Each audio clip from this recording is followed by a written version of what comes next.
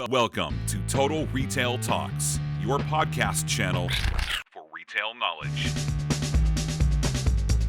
Hello, and welcome to this episode of Total Retail Talks. I'm Joe Keenan, the editor-in-chief of Total Retail. I'm pleased to be joined on today's episode by a pair of executives from Northern Tool and Equipment. We have Frank Croson, who is the Chief Marketing Officer at Northern Tool, as well as his colleague Jim Nelson, who is the Fractional Executive Creative Director for the company.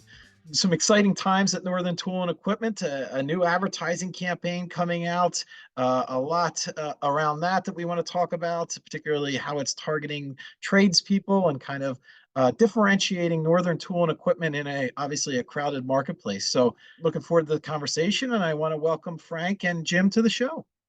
Thanks, Joe. Thanks for having us. Thank you. So Frank, I'm going to start with you to give a little bit of an overview of Northern Tool and Equipment for the audience. I think probably a lot of people are familiar with the company, but for those that are not yet familiar, why don't you give a quick overview? Yeah, Northern Tool and Equipment, it's such a great company and such a cool story, really. So we're about $1.5 billion in revenue. We are really into kind of like heavy duty tools and equipment for people doing heavy duty work. We have 139 stores, as well as a large B2B presence as well in our category. And we're a family owned company. And the, I think, most interesting part about this company is we were founded by a man named Don Catula, who unfortunately passed away this past year, but just such an amazing man. He grew up in a scrapyard in northern Minnesota, literally like in the middle of a junkyard, selling scrap and putting it together and helping customers figure out, how to solve their problems. When he started the company in 1981, the first product he sold was actually in response to oil prices being on the rise. He had this understanding that a certain segment of people were going to be really, hard pressed to heat their homes with oil prices that way, and that they'd be burning more wood. And so he designed a do-it-yourself manual for how to create your own log splitter. He sold these manuals, and he sold the parts to build your own log splitter. And I just think that the way the company started that way, it says so much about the spirit of the company. It also says so much about the spirit of the customers who shop us. And you can still feel that today. But like, if you really think about it, right, it's like you've heard a million people complain about their heating bills, throughout your life. There's only a certain segment of people who would say, you know what, I'm going to take that into my own hands. I'm going to build my own log splitter, by my hand, and I'm going to start heating my house with wood. And so I feel like everything about the way we started, you can feel in our company and in our customers sort of at our best. And frankly, you feel it in our teams too. And actually, I'm going to kick it over to Jim, because I think Jim has a story that he shared with me when we very first met that actually really typifies that from the team standpoint too. Yeah, this is Jim. I guess what Frank's talking about is Northern Tool actually is different from the competition. And the best story that I have to illustrate that is I have a chainsaw, and you don't use a chainsaw all the time, right? So I hadn't used my chainsaw for a long time, and I pulled it out. I had to cut up a tree, and it wouldn't start. And Northern Tool has a repair place in some of the locations, and the one that I've been going to for a long time has one. So I brought it in there. I walk in the door, and there's a young guy, Northern Tool store employee, and he's stocking the shelves. And I walk up to him, I carry my chainsaw, and I'm like, "Hey, my chainsaw won't start. You have a repair place?" And he said, "Yeah, we do, but what's wrong with it?" And I said, "Well, I can't get it started. I don't know if I have it flooded or if there's bad gas in there, if there's the carburetor's gummed up because I haven't used it for a long time." And he's like a 22-year-old guy, and he goes, "Well, let's take it out to the parking lot." So we walk out to the parking lot. He grabs the chainsaw from me, and he goes, "Yeah, these chainsaws, the choke on them is a little weird. It's either all the way on or all the way off. But if you put it like halfway, you can kind of get it partway choked, and he does it, and he pulls the saw 2 times, and it fires right up. And so I didn't have to leave the saw. I didn't have to pay for a repair. And that was just a random employee at Northern Tool. And that is never going to happen if you walk into a Home Depot or a Harbor Freight. So the story that Frank is telling about, Don Catula and the spirit of, how the company was founded, that's still going on today, right down to the people who are working on the shop floor. And then that's why when I got the chance to talk to Frank and talk about Northern Tool, and maybe doing some work for him, I was really excited about it because it is a different kind of company and different kind of brand. Yeah, you could tell that kind of the history of the brand, the heritage, and kind of the service that the company provides its customers, thinking about all the way back to that kind of origin story. Like, how can I find a solution that's going to serve the needs of my customers who want to heat their homes for, more cost efficiently? So that's some great background. With that, I'd love to learn a little bit more about each of you personally and kind of how your careers led you to Northern Tool and Equipment. A little bit of a backstory on each of you in terms of that.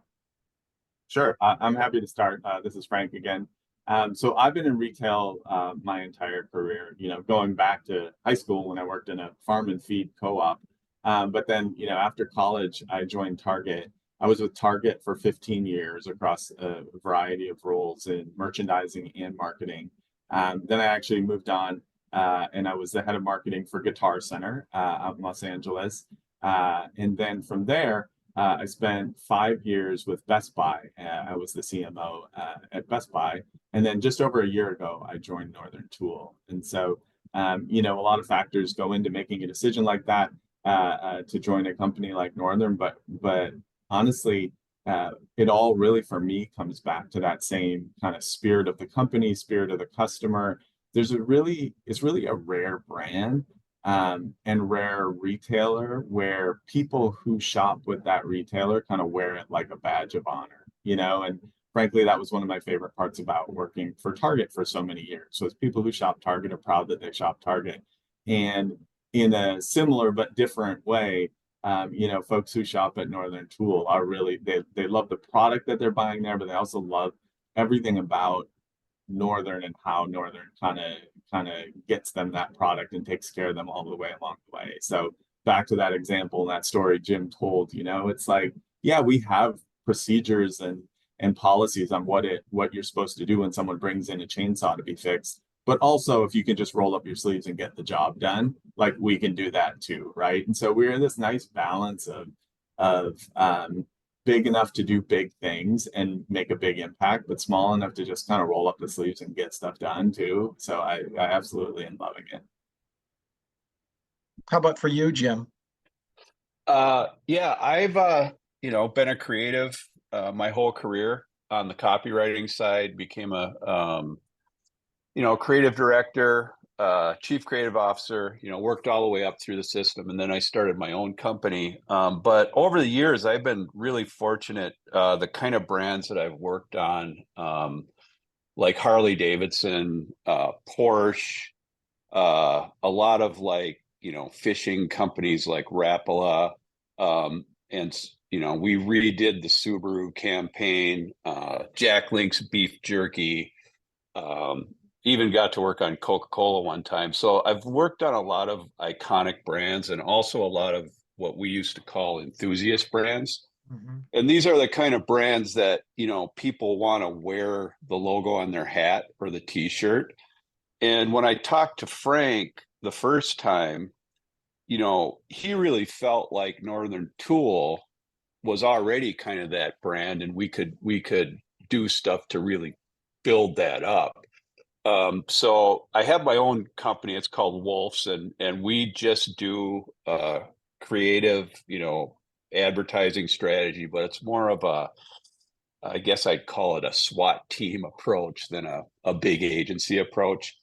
So I'm open to all kinds of ways of working. And so this idea of working with Northern Tool like this and working with their in-house, but also being able to, contribute ideas on the creative side, was really exciting to me. And, that's what we're that's the journey we're kind of taking off on with Northern Tool here, and that was I guess the campaign we just started was the first step of that.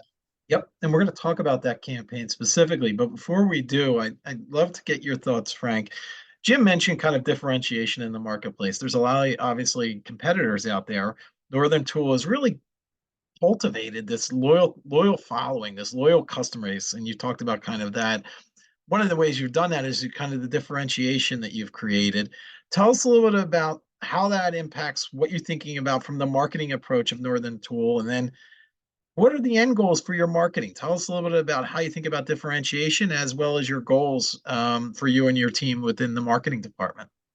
Yeah, I mean, I think what's different about us, and I spent a lot of time thinking about this when I first joined the company, but we sit in this really unique spot that I've sort of coined as a bit of a rallying cry within this company that I would refer to as tougher than and better than, right? So we sit in this sea of market where, we compete against big box home improvement stores who are absolutely massive, and they do business in very similar categories with some similar customers to ours, but they've also become so big that they've become a lot more things to a lot more people, right? And so you go into one of these stores and you might see a sea of minivans in the parking lot, and people buying things for gardening, and people buying home decor, and people buying Halloween decorations. And we have a ton of respect for how they've grown their business that way. But the reality is, like, we really do our best when we focused on those customers, like out there with their hands dirty, working hard and doing the toughest jobs out there, right? And so we believe that we're best for the customer that's just looking for something, what I would say is a little bit tougher than the experience you get at a big box home improvement store. And then simultaneously, we have some competitors who operate really, really kind of boldly on the discount side of the tool segment, and really about the lowest price possible and so on. And we tend to believe we offer a tool that lasts longer, is of higher quality, is of those brands that Jim mentioned that you're happy to wear on your hat. And so we kind of view that as sort of better than from a quality standpoint. And so we really positioned everything around this notion of like the tougher than and better than combo and fitting in that spot in the market. In terms of goals, you say what are marketing goals, that can get to be a pretty complicated conversation. So I try to simplify it. And actually, I think we seated you all with an audio spot. It's actually a video spot as well, but an audio spot that I think actually tells the story of sort of what our marketing goals are in a much more simple way. And so maybe we can play that quick, and then I can tell you what I mean by that. There are two kinds of people in the world. The kind who get the job done with their own two hands, and the kind whose hands are as soft as a little baby's bottom. We tip our cap to the first kind. To the second kind, we say, coochie coo, little baby bottom hands. Northern Tool and Equipment. Get serious. Okay, so we absolutely love that spot, and it's become, a favorite of the customers that we've advertised with, and that have seen it, as well as the teams internally. And in a nutshell, if you think about, our marketing goals, I want to spend as few resources as possible impacting the folks in the world who have the baby bottom hands, right? And that is with all due respect to all of us and our friends and our family who might be in that segment. But really what we're here to do is to make sure that those folks who do roll up their sleeves and get the job done with their own two hands are the ones who really know how much we honor them and how much we're here for them, and that they think, we're absolutely awesome. And so, all sorts of data, analytics, technology go into making the media choices, the creative choices that make that true. But ultimately, we're for the people who get the job done with their own two hands. We want them to believe we're doing everything we possibly can to be their tool store. So as our audience just heard through that ad campaign, which I'll say is great, it's super witty, and it's but it's also speaks to really the target market that you're identified, and that's tradespeople. So, Jim, I'm going to come to you with this question. Tell us a little bit about that target market and how you message a campaign that's really laser focused around that tradesperson that potentially is either currently shopping with Northern Tool or it could be an acquisition target for the brand. Yeah, well, I think just, adding on to what Frank was talking about, the fact that we can focus on a very specific target audience versus having to try to be all things to all people, that's a really powerful thing to do. And that's where I think the opportunity to grow brands is so great, especially Northern Tool. So we're not trying to talk to everybody. We're trying to talk to a very specific person, use a very specific tone of voice, which we, kind of have a well-defined tone of voice that we want to use. And we want to make an emotional connection with them. So instead of trying to be, these generic messages that talk to everybody, we want to do specific messages that hit the person we're trying to talk to in the heart and make an emotional connection with them, make them laugh, make them go, wow, that's the brand that gets me.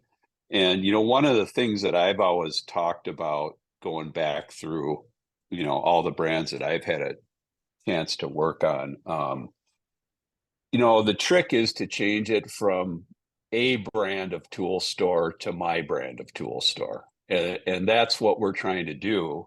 And the way to do that is to be for them and to be specifically for them and to be more for them than any of your customers. And that's in the way you talk to them, and it's in the way you serve them, and it's kind of in every touch point across the spectrum.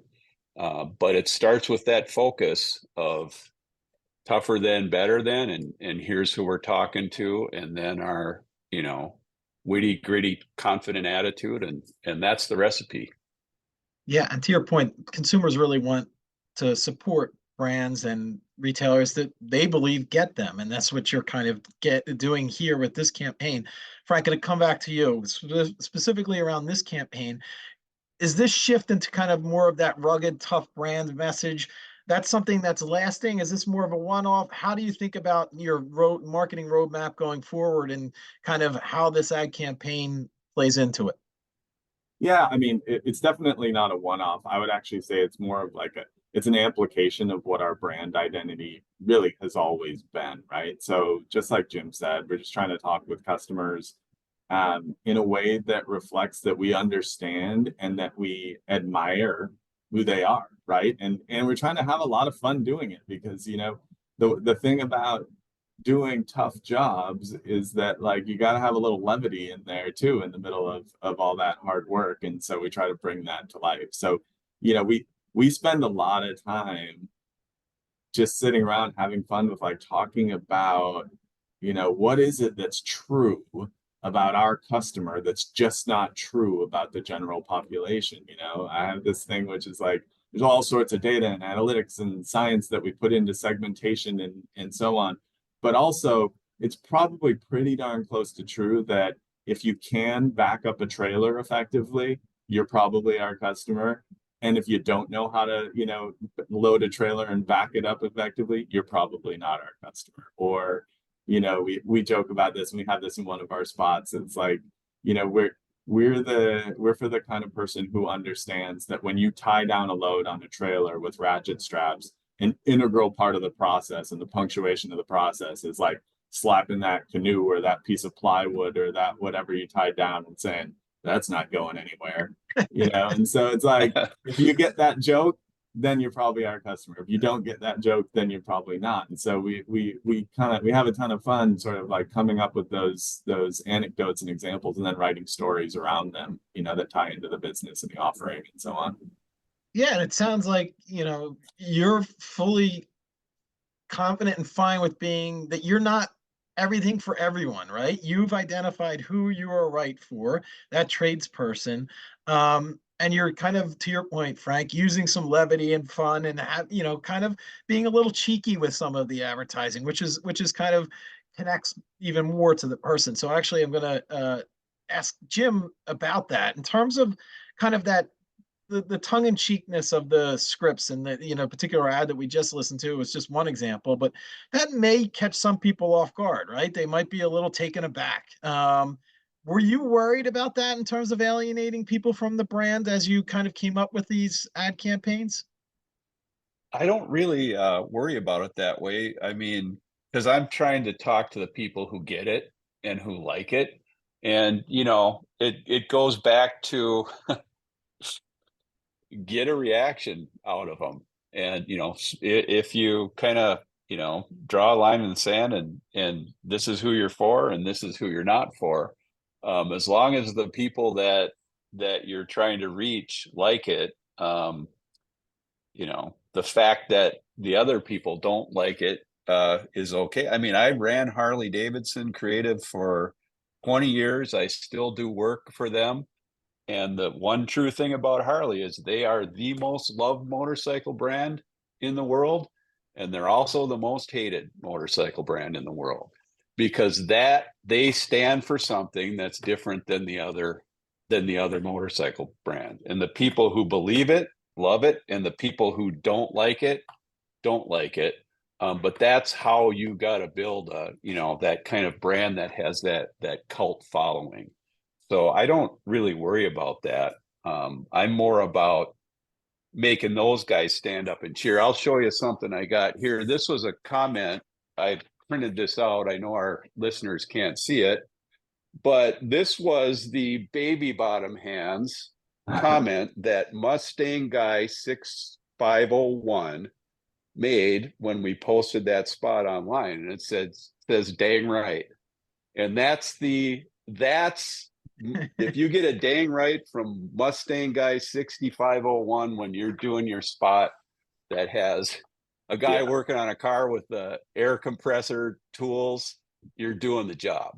That's right. And I would add to that, there's so much sort of like fun built into the way that we're doing this too, that it's not like we're out to offend anyone. I think we all hear that ad and we laugh. If you're the one with baby bottom hands, you know that about yourself. And, and it's all in good fun too. And so we're just trying to be clear, like we know who we're going to do well for, and we know who's probably not going to be interested in shopping with us. And so let's just call it what it is, and have fun with it. So you've created this kind of ad campaign, this approach, and you're doing this, and it's, I think it sounds fantastic. And you're doing this on maybe not the budget of a Home Depot. Let's put it out there. The kind of the big box, a Lowe's. You guys are, you're competing with them, but you might not have the resources that they do. Talk a little bit about that, Frank, in terms of how you're able to produce such quality work on maybe a more of a limited budget. Yeah, it's funny. I actually would use the work to describe how we do that, or to answer your question, which is like there's a line in one of our ads, which is, we carry all of the heavy duty stuff you need and none of the sort of fluffy stuff that you don't, right? And I think that's kind of how we've done the work too, working with Jim. There's not a massive infrastructure of people surrounding every single thing that we do. I mean, to some degree, Jim owns the agency and I'm the CMO, but we sat on the couch in the mixing room with his team and like adjusted copy on the fly in real time versus all sorts of people project managing and getting involved in account directing and so on. And so we try to just like everybody embrace the spirit of this company, right? And roll up our sleeves and kind of be working leaders. And that if you do that sort of across all the areas of the business, you find that you can get a lot of really great stuff done pretty darn efficiently. And another thing that struck me about this campaign is that you're not reluctant to call out some of the big box stores, call out some of the competitors. and playful jabs at them through the ads. Jim, tell us a little bit about that approach. Why go down that road? Why you think it makes sense for Northern Tool to do that? Well, I think it's just, the quickest way to define yourself and what the difference is. And, play to what the people that we're trying to talk to love about what they can do when they shop at Northern Tool, and also what they don't like about going to, the big box store that isn't, like I said, or like we've been talking about. That store is set up to serve everybody, every kind of client, or every kind of customer. And Northern Tool is set up to serve a very specific type of customer. So it's faster, it's more efficient. The people that work there are really knowledgeable, like the young kid who knew how to start my chainsaw. And you don't get that at the competition. So finding fun ways to talk about that and bring that up, I think, is a pretty powerful message. Yeah, and I mean, I mentioned this before. This is Frank jumping in again, but I mentioned this before. But like, we have the utmost respect for these competitors, right? They're, it's like 100 times our size. They're clearly successful, but that doesn't mean there aren't things that we're significantly better at and customers we're significantly better for. So, and we're just, like I said, we're to a large degree, we're just having a little fun with it too. So. Yeah, and there's nothing wrong with having a little fun. And to Jim's point earlier, you've kind of created this where they're either going to love us, they may hate us, but it's better to have kind of that engender some sort of feeling rather than be irrelevant, right? I think that's probably the worst thing. That is kind of just an ad goes out and it doesn't produce any feeling one way or the other. That's right. That's right. If we're a mini version of our bigger competitors, we're not going to win. Right. And that's not what we try to be, and it's not what we deliver. So we're just trying to help customers understand that. You need to find a different approach, and you're doing that. And this is, really enjoying talking about that. Let's talk a little bit about, Frank, I'm going to come back to you. Just kind of balancing brand impact while also trying to drive sales, this campaign being an example of that. Obviously, it's a challenging, economic environment for so many. And you certainly don't position yourself as a discount, but you also think about competing with others in your category that maybe discount. And then you have your big box competitors as well. How do you kind of balance increasing that brand impact while also, at the end of the day, you want to be driving sales? Yeah, I had a kind of a really kind of moment in my career. It was probably over a decade ago, when I was at Target, when our CMO at the time actually brought up that very topic. And he said, I've been hearing a lot of people talking about this ad or this body of work is meant to drive the brand, and this body of work is meant to drive sales or drive the business. And his point was, you don't get to say that. Like, we don't get to choose. Great work does both, right? And I have believed that from the moment he said it. I took that to heart, and I believe that we can do work that does both at the same time. Does it, like, different bodies of work do it in different ways? Yes. But you can message price, and I think our campaign is a great example of it. You can message great prices without making it look like you're having it going on a business sale, right?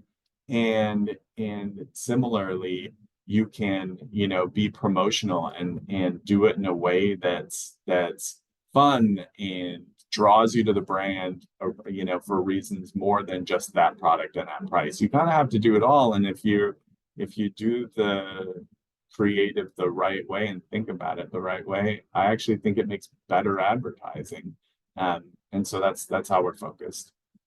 And I would imagine if you guys are doing your jobs right and you are accomplishing what you want to do, you're engendering that loyalty, and you're not really competing on price, because I'm a Northern Tool guy. That's where I'm going for my tools and my, what I need, versus maybe I could save a couple bucks here, but that's not it. I'm loyal to that brand, and you're creating that, right? Yeah, yes. Although, I've been in retail my whole career, and I think it's also a very slippery slope the moment you start to justify charging higher prices for a lot of those reasons. You got to be priced right. Yep. We all know you got to be priced right, and you have to create additional reasons for customers to choose you. And so we are relentlessly focused on, yes, we're priced right. We're not only going to hang our hat on that, but also when we deliver something above and beyond what you get somewhere else, we're still going to have great prices. Yep. Can't be one dimensional, right? That's right.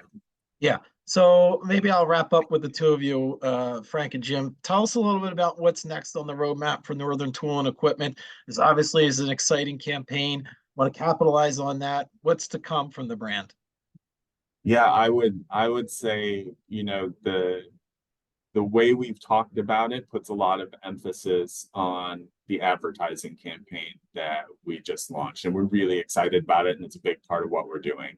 That said, that whole notion of tougher than, better than isn't just about advertising. It's about everything we do at this company, right? Yes, the advertising, but the product that we bring to market, the product that we develop ourselves, the customer experience we create digitally and in our stores, our teams and how they interact, our business model, even our foundation work, and through our Tools for the Trades program, when we're in there donating tools to help, encourage more kids to go into the trades. Everything we're doing is focused on this positioning of the better than and tougher than. And so you'll see that across really all elements of the business as we go forward. Great. Well, this has really been an enlightening conversation. Super interesting. I want to take the opportunity to thank Frank Croson, again, the Chief Marketing Officer at Northern Tools and Equipment, as well as Jim Nelson, who is the Fractional Executive Creative Director at Northern Tool and Equipment as well. Thank you for the time, Frank and Jim. I really enjoyed it. Thanks, Joe. That was great. Had a ton of fun. Yeah, thanks, Joe. Really appreciate it.